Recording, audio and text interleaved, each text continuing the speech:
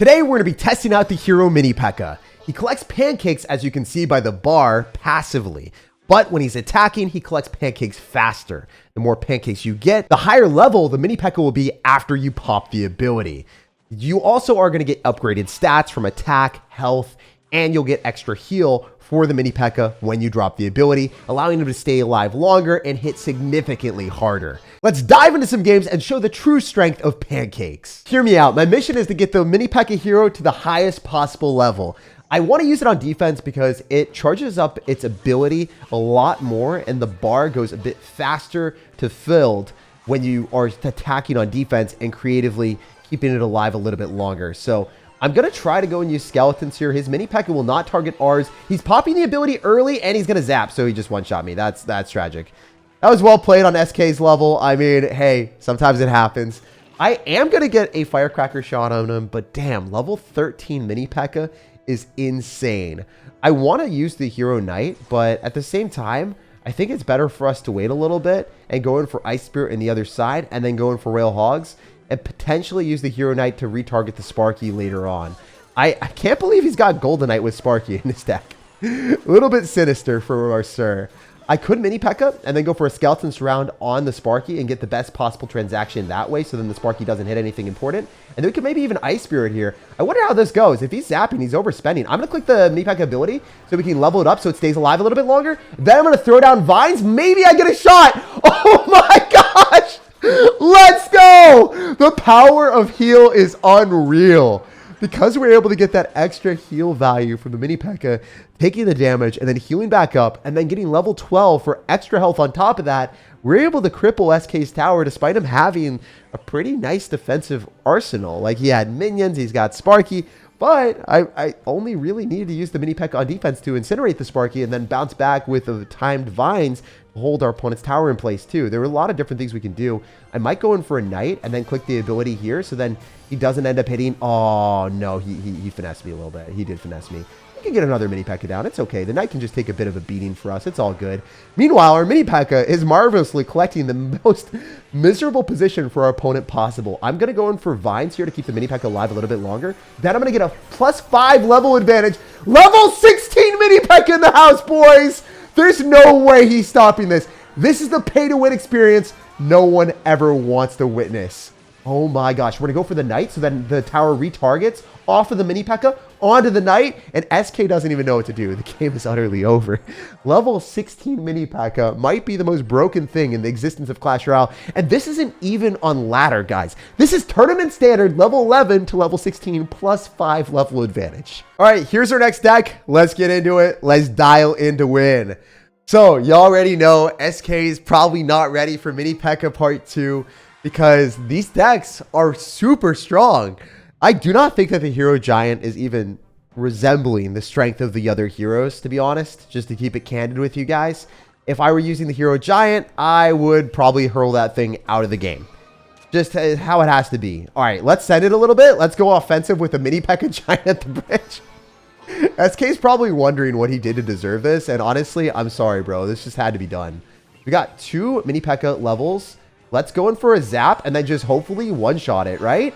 Oh, dude, I was hopeful. I was optimistic, and in the end, I wasted a buttload of elixir.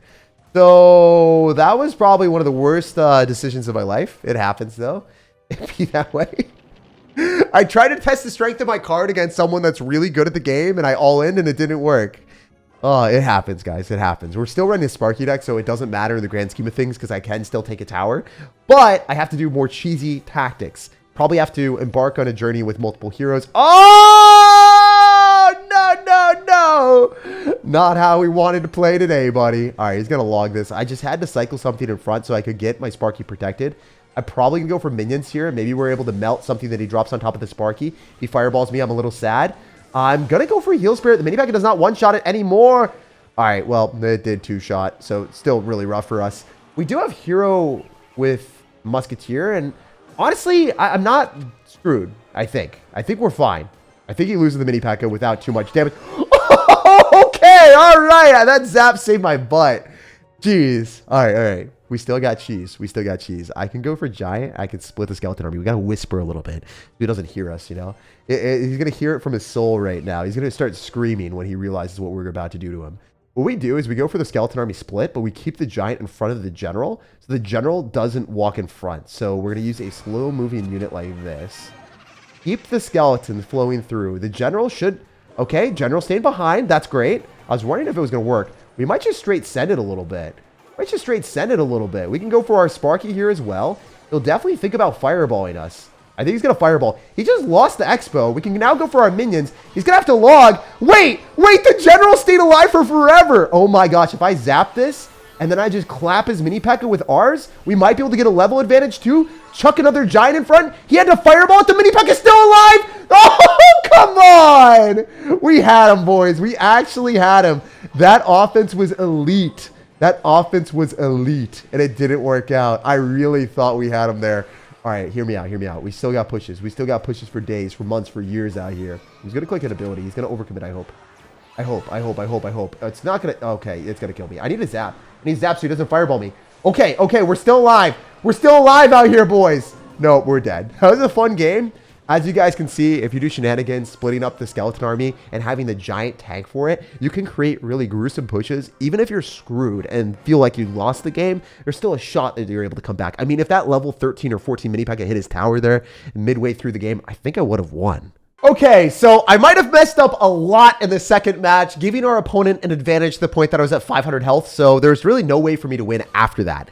This game, I'm going to buckle in and play a lot better, and I know that if I can release the elixir advantage in double elixir with elixir collectors and a marvelous hero Mini Pekka behind the golem, I don't think there's much he can do to stop us. That's the game plan. That's what we're going to try to do. I don't like how brutal Boss Bandit is. Out of every champion in the game, I think it is the best. From a stats perspective, this thing is broken. It deleted Zappies and a Valkyrie there. I don't think it should kill Valkyrie one-on-one that easily with that much health remaining. At least that's my viewpoint on it. Anyway, I want an elixir collector, but I'm still not very safe to do it. I need to use the Mini Pekka on defense here. If he overspends, that'd be awesome. If he's not gonna, I'm gonna wait a bit. I think I actually actively have to eat that, because if he went for a battle ram on the other side and I dedicated a Mini Pekka into that initially, I think I lose the game, because then I had no elixir to salvage the situation on the other side. So you have to play safe against these players that are pressuring at the right points in time. Mini Pekka deleted it. Oh my gosh, I should have vines. The thing is, I messed up so badly in the second game that it's carried over to this match. I'm like, oh, I can't do that again. I can't fumble the bag. I can't lose 2 games in a row. Have you guys ever done that, where you just play really aggressive in one game and then it alters your pathway and your decision making in the next games? Or maybe you're just like really pissed off and then you just spam stuff like you did in the other game. Okay, we're gonna pop the ability. Maybe we're good here. I don't think so. I think I have to go Zappies. Boss Bandit, stop being broken and breaking me down, bro. This is brutal. It's crazy how much damage it does to my cards. I mean, fortunately, there's multiple Zappies for where that came from, so we kind of have a factory that we're implementing on defense here. And I got Elixir Collector, so I think the matchup's definitely in my favor. It doesn't seem like he's got a big spell, so if I just stack up Elixir Collectors, I might have this one in the bag. I definitely want to display a Baby Dragon here so I can get that evolution paired with the rest of our stuff and still incentivize him to spam more cards into me, because if he doesn't, I think this is going to be okay for him. Okay, yeah, he's spending a lot. We're going to hero Mini Pekka. Fortunately for us, that doesn't really cost us that much of a card cycle, so take that every chance we get. And we're going to Vines. Hopefully we just smack the Royal Ghost and one-tap it real quick for the one time. Yes, sir, we're going to click the ability so we can survive and distract the rest of his stuff.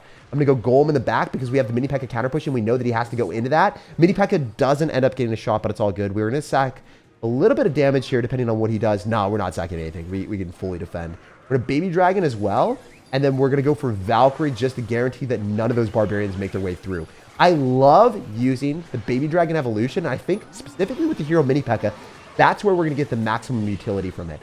So we're going to be moving so much faster that we can go Vines, go for the hero Mini Pekka ability, level 13 with the Vines. There's nothing he can do. The Baby Dragon is allowing the Express of Pain to arrive on our opponent's doorstep, and we have the hero Musketeer ability as well. So I think that if you play a defensive-oriented deck like this with Elixir Collector, you're bound to win matches if you can get the Exodia push, with the Evolved Baby Dragon allowing the rest of your cards to go Sonic mode straight towards the opponent's tower with no stops.